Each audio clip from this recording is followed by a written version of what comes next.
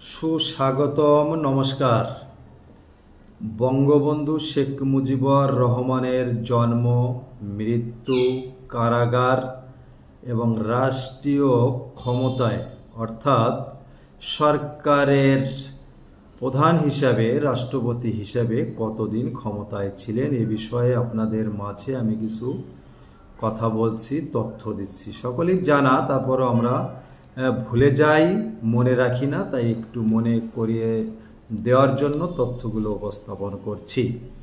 আপনারা সকলে জানেন 1971 সালের 16ই ডিসেম্বর বাংলাদেশ বিজয় লাভ করে। এই বিজয় লাভ করতে সময় লেগেছে 23 বছরেরও বেশি। 1947 সাল থেকে 71 প্রায় 23 বছর বা 24 বছর কাছাকাছি। এই 23 বছর লড়াই সংগ্রাম আন্দোলন করতে গিয়ে বঙ্গবন্ধু শেখ মুজিবুর রহমানকে 11 বছর 8 মাস কারাগার বরণ করতে হয়েছে।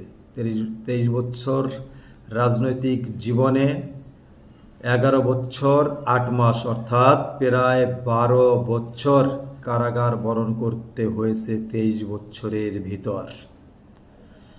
তিনি সরকার প্রধান হিসেবে দায়িত্ব পালন করেন 3 বছর 6 মাস 35 দিন।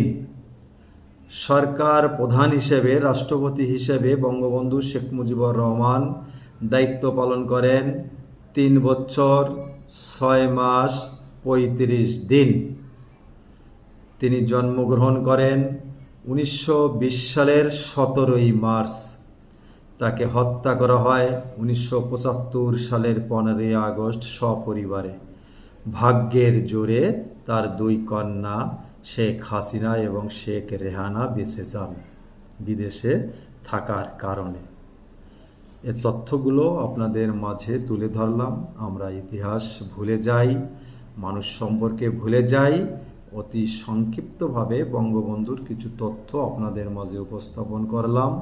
বঙ্গবন্ধু সম্পর্কে আপনারা আমাকে কমেন্টস করবেন। এই মহানায়ক সম্পর্কে আপনারা অনেক কিছু জানেন, আমি যা জানি না আপনারা আমাকে কমেন্টস করে জানাবেন। আজকে এই পর্যন্তই। সকলে ভালো থাকবেন। নমস্কার।